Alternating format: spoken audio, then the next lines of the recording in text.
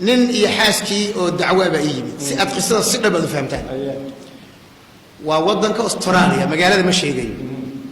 قصة زي صوص عطي ودعضي تنازل بنكون في السريان نورك كبد ودق سعيسي طيب وحجر الشيخ وصية أن التنازل أن حاسكي أن wax khalad aan arkayo aan indhaha oga laabto ayaan tusaale ku siinayaa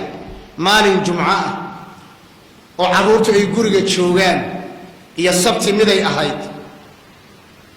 qada qurux badan oo macaan ay noo samaysay miiska aanu ku qadaynayno labiskayga iyo suudkayga xafiiskiisa waan tagay waan xisaabiye wax ka shaqeeya suudkayga anigoo qaba ayaan meeshii soo fadhiistay aaba caruurtiisi la qadaynaya maalin fasaxa soo farxad badan ma lahan annagoo isla qadaynayno oo farxsan islaantii laba fiila istaabatay labada fiila meel ay iska taabatayna ma aqaan faranjeerkay furtay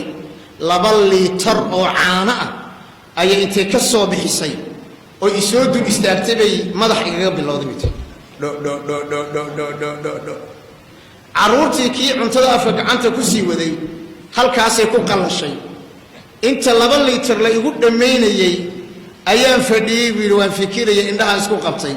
caanihi oo dhanba iga da'ay buu yiri 2 liitar markay igu dhamaysay ayay halkaa istaagtay halkaa bayna qowsayn buu hadal geliyo wuxuu yiri caruurtii ayaduna way yaqaanaan buu yiri tabiicad xumadayda waxa la iga sugayo maanta waa wax un kala bax ha caruurta waxa ku soo noqonaya ay u qalafeen kadibna waxaan go'aan gaaray buu yiri inaan tanaasulo oo caruurtaydana u hiiliyo xaaskaygana aan u hiiliyo xigmad la yaab leh oo maguurto oo mahadda ah oo dadku ka faa'iideystaanna inaan reebo maxaan sameeyay buu halkaas istaagtay markaasaan caruurtii baan eegay markaas waxaan iri buu yiri aabe ma la yaabantiin hooyo waxay samaysay markaas dhaheen marba hadaan hadlay wayba farxeenba ha aabe ayay dhaheen waxaan iri buu yiri hooyadin meeqa sanaan isqabnay baan u malaynaysaa waxay dhaheen 25 sano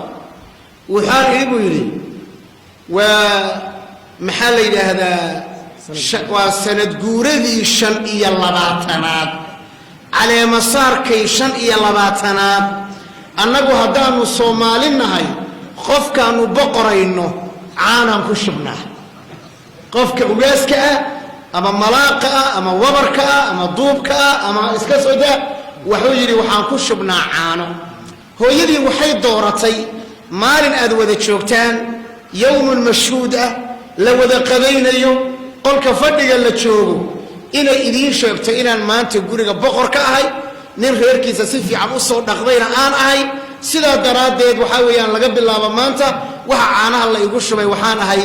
waxa weeyaan nin cusub oo caleema saaray. ايش رايك شيخ؟ جزاك الله خير.